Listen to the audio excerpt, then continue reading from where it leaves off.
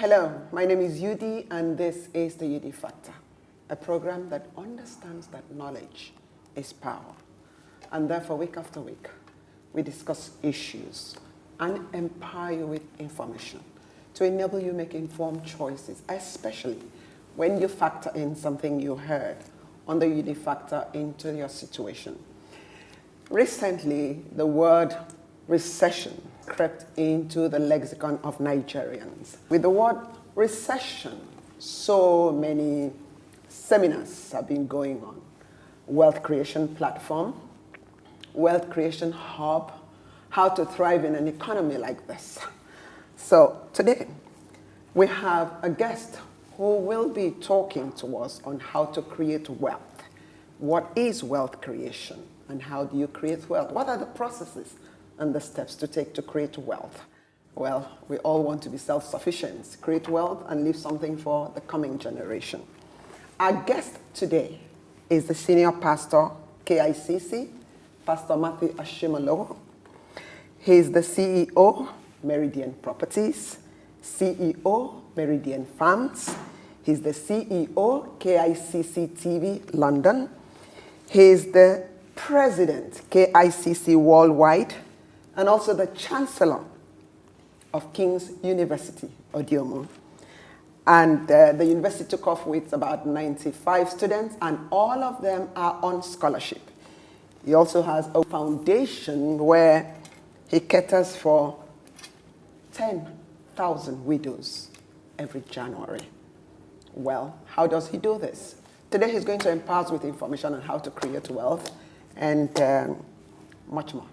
Don't go anywhere. This promises to be very informative. We'll be right back.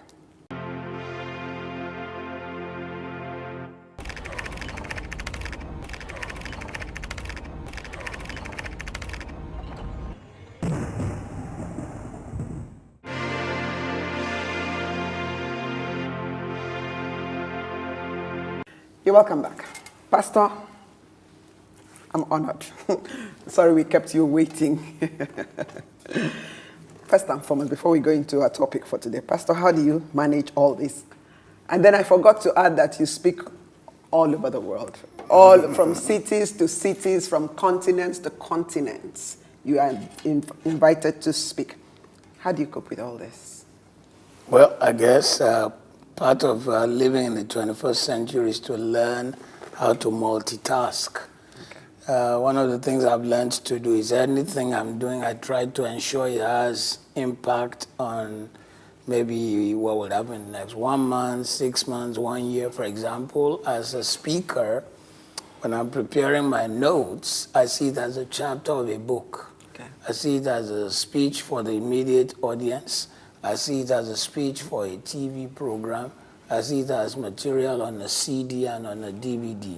CD, DVD about 10 years.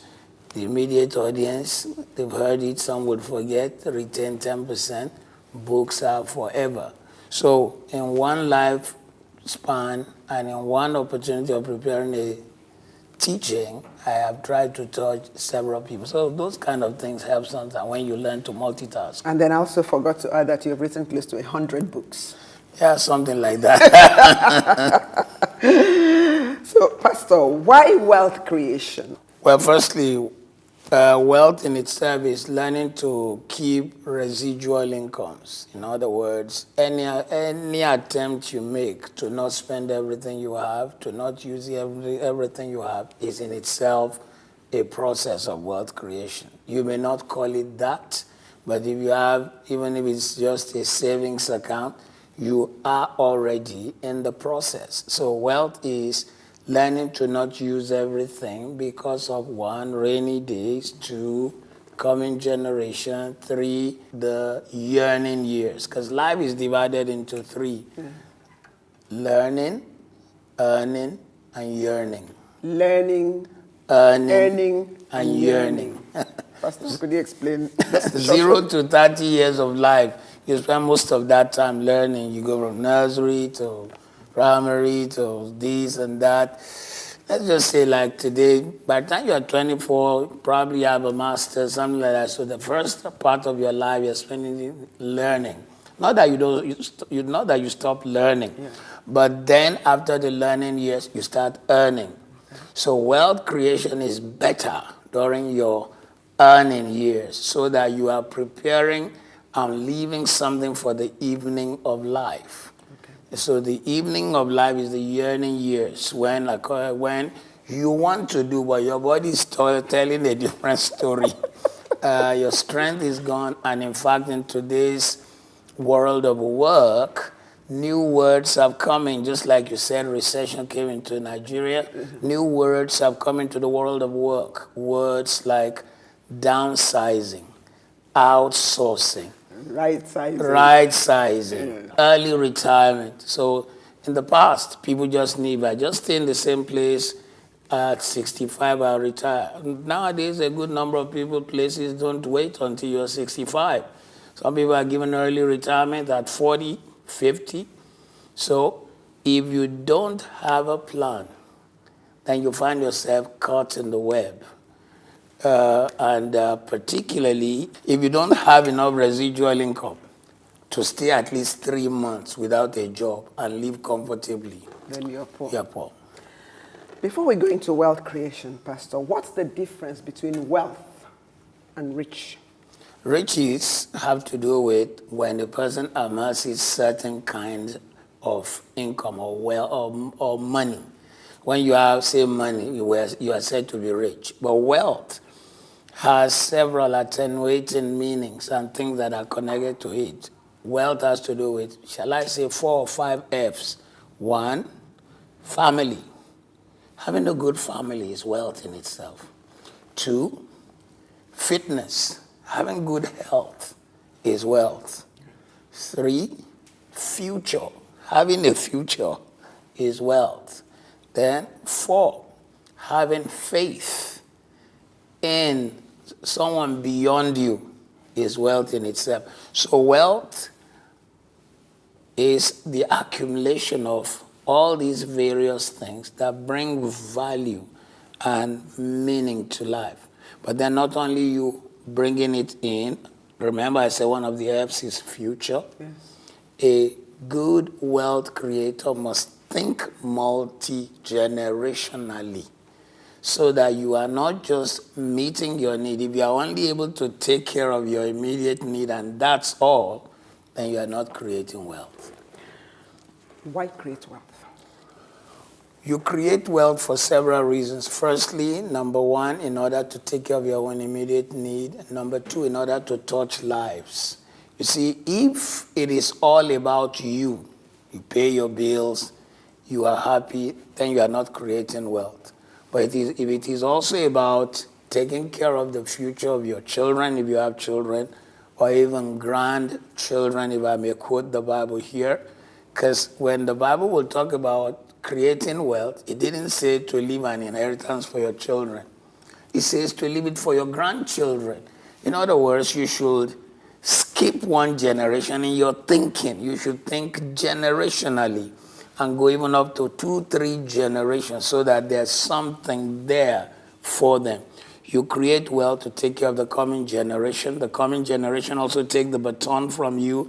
They do the same thing. Then you'll have a world where people enjoy their life. Then you create wealth in order to reach out, to touch people. Today's industry or workplace have practically taken what used to be principles in the Holy Book and brought it into the world of work. They call it corporate social responsibility. A business that is going broke will not do corporate social. Pastor, hold that thought. Hold that thought. We'll be right back. Don't go anywhere. We'll be right back.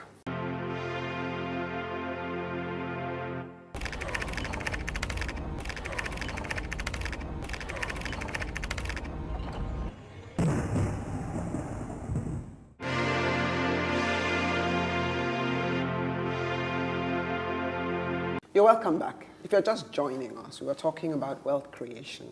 And my guest is the senior pastor of KICC, Pastor Matthew Ashimolowo, empowering us with information on how to create wealth. How do you build wealth or create wealth? Firstly, you have to realize the need for you to take advantage of your life. If I may go back again and quote from the Bible, I will have to tell you that it's in one chapter of the Bible, Deuteronomy 28, presents 3 levels. Deuteronomy 28, verse 8 says God will bless the work of your hand. Then verse 5 says he will bless your basket. The same verse 8 I quoted earlier said he will bless your storehouse. So, work of hand, basket, storehouse. 99% of Nigerians depend on work of hand, which is salary. And the salary has limitation. A salary, when you have just a salary that is commensurate to maybe the skill you brought to the table, you are limited in what you want to do, in what you can do, in people you can touch, in the life you can touch. Whereas, you probably are also gifted to have a basket. A basket is a small and medium enterprise, doing business, even if it is on a small scale. And how do you measure a small or medium enterprise? I shall say, when you are able to either be self-employed or employ others to the point of even up to 50 people, that is a small and medium enterprise. But when you up the scale, then you have a storehouse mentality. That is when you have more than 50 staff. So creating wealth, one, you give people opportunity. If I hire 50 people, it's not just those 50 people who eat every day because I'm alive. Their children do, their wives do. Schools that are connected to the place where my business is are able to be sustained. The hospital is sustained. Imagine if an industry went into, which town shall I ask? Let's just say Ikotekpene, and they decided to be manufacturing tires, and they hired 10,000 people. I can guarantee you schools will open, hospitals will open, restaurants will open, other attenuating businesses will open. Wealth creation is really the answer to any area that is deprived. Any region in a nation like Nigeria where we keep pouring money, go back in 10 years' time, they will still be demanding for more, because the key thing should not just be education, but empowering the people to be self-sufficient, to do business, to create wealth. Pastor, in this economy where people just have enough to take care of themselves, and you have this money, and you can barely take care of your family, pay school fees for your children, where do you get the extra funds? Because I want to believe that maybe it's the extra funds you make that you can even invest into creating wealth. So how? That is where the issue is. Many people think wealth creation is when you get money to start a business. Wealth creation does not start with money. It starts with a good idea. And when you have a good idea, you run with it. Some people will say idea is king. I will say no, the execution of the idea. In fact, let me go further and say the good execution of the idea. I was sitting in a hotel room in Ivory Coast when on CNN, they were listing the 10 wealthiest companies on earth. And number 6 only just started 12 years ago. I was in shocks. The 6th biggest company on earth, and by the way, all our viewers are sending money to that company without realizing. And it does not have any tangibility, it does not have material, there is no product, and yet it is the 6th largest. It started with 0 money, and it is called Facebook. What is Facebook? A book with a face. It is now worth $104 billion.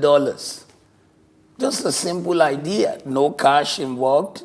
So many times, the reason some people do not do anything is because they think, I need large money. Whereas it starts with idea. It starts with concepts. It starts with looking inwardly, taking the little you have and beginning to create some streams. And once you create various streams, there are high streams, there are low streams.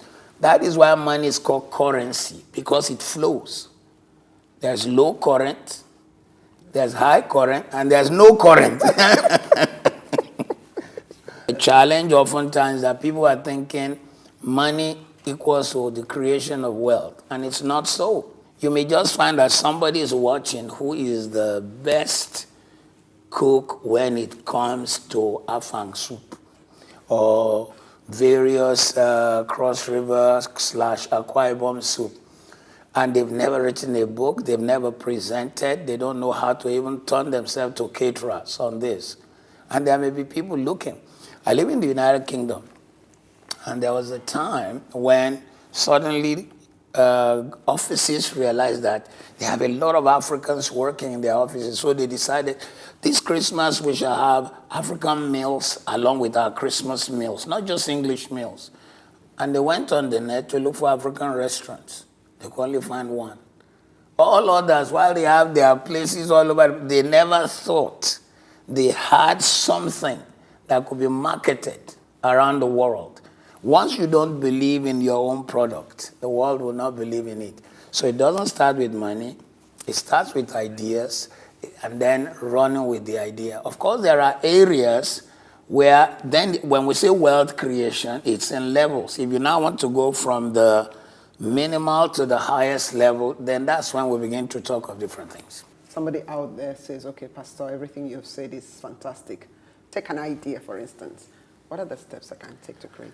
The first thing, if you have an idea, for example, if it's an invention, you may need to patent your invention. And unfortunately, there are too many people who take advantage of even the area of patenting your idea. There are those who will tell you, will register it for you, will do this for you.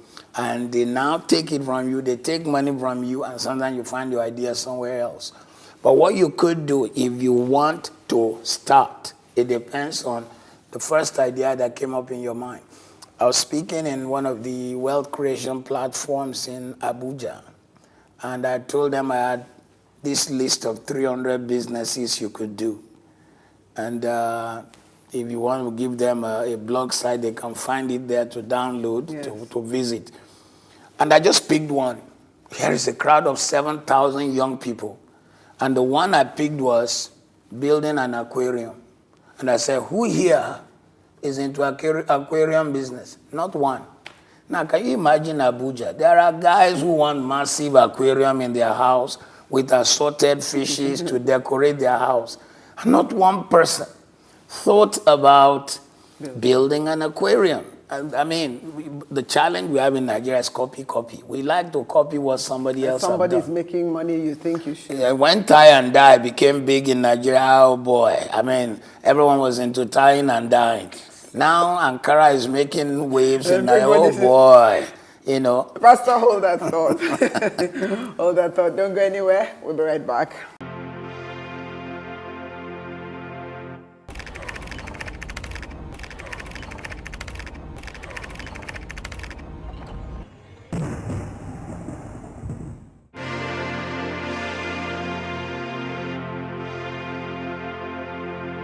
You're welcome back. If you're just joining us, we're talking about wealth creation. Wealth creation, like Pastor says, doesn't start with money, it starts with an idea, a good idea. Pastor, what are the do's and don'ts of wealth creation? Let's start with what I call HAABs. You need to check your habits, attitudes, actions, and belief systems. HAAB. Habits. Many people are broke because of habits.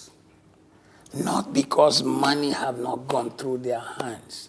In fact, if they sit down and look at their earning in life, they find that millions have gone through their hands.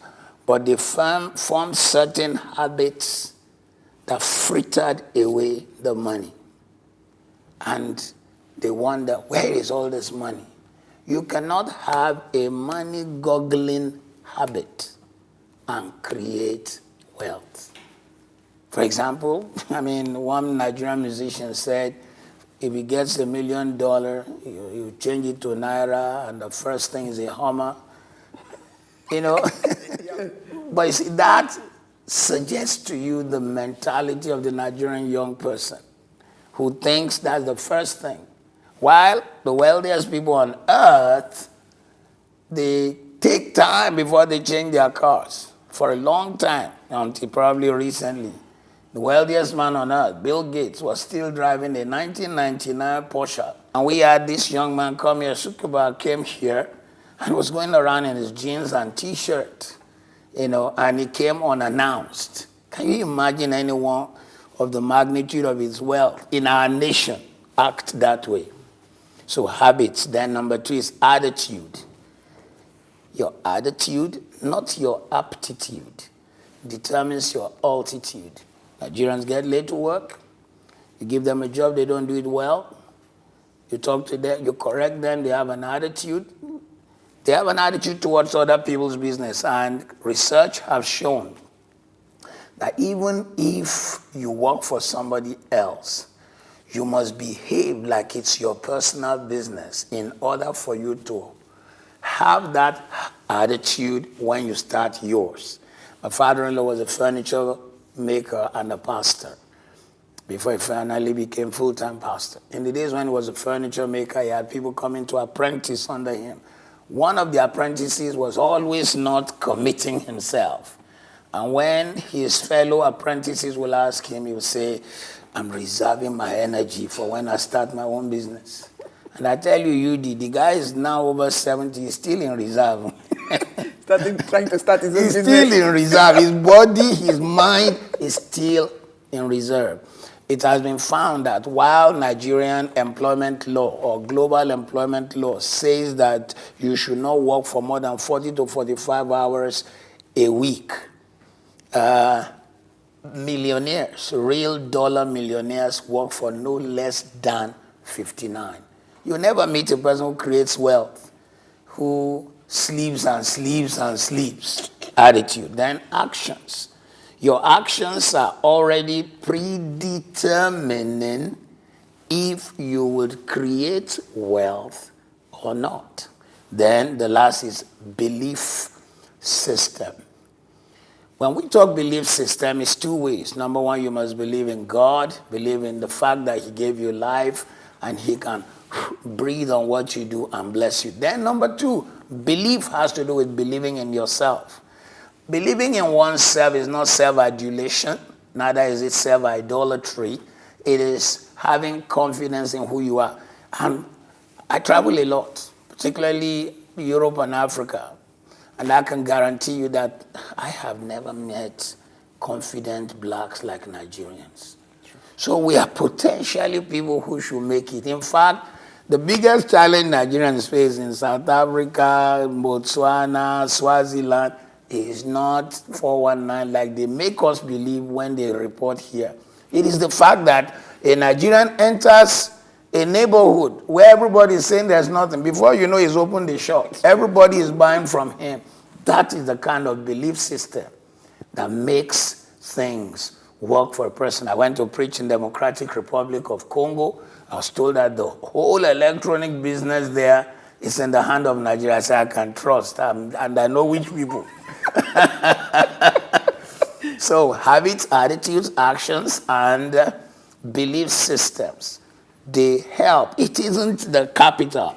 You can put large capital in the person's hand and it fritters it away. In fact, a book called The Millionaire Next Door have even shown that where a poor man eventually makes money, they tend to send their children to high-level universities. The kids come back with no business sense, but middle-class lifestyle. And when you have a middle-class lifestyle, all you're interested in is the size of your house, the size of your car, and the names on your clothes. You are not a business person. That has been found to be, and that's the reason why, forgive me to say, in Nigeria, I do not think I can count more than 4 families that have created 4 generations of wealth. Because also we don't really quite understand that life should be more than just earning to meet your need. You should create wealth for multi-generations. Pastor, is there a process? And are there any rules? Are there any rules? For wealth creation? Yes. I wrote a book called 33 Irrevocable Laws of Wealth Creation. When you say law, there are 2 meanings to the word law. A law can either be principles, guidelines, constitution that guide a people, an association, a nation, a group. But the second meaning of law is the principles that make things work. For example, there is the principle of gravity. If anything goes up, you don't fast and pray. It comes down because of the gravitational pull of our planet. There is Archimedes' law of flotation. If you go to Apapa Wharf, you see 6 floor ships floating because they have a hollow. Archimedes' law of flotation says anything with a hollow will float. Now, if a man sees 6 floors of ship floating, and says, if this thing can float, me too, I can float, and he jumps into the water and does not know how to swim, he has broken Archimedes' law of flotation. The reason many never create wealth is that they break the laws of wealth creation. Let me give you 2 or 3 or 4. 1, the law of entrepreneurship. More people become millionaires through owning their own enterprise. Pastor, we'll leave it here for now because we cannot take all this in one episode, but you'll join us as we continue. My pleasure. Thank you very much, Pastor. Well, viewers, I'm sure you've learned a lot about wealth creation. Even if you don't remember anything, remember HAB. Your habits, your attitude, your actions, and your belief system all are the things that will help you create wealth. And in this 2017, I pray that recession will just be a word in a dictionary and will have nothing to do with your personal life. Thank you for your time. Until I come your way another time, this is My Factor. Goodbye and God bless.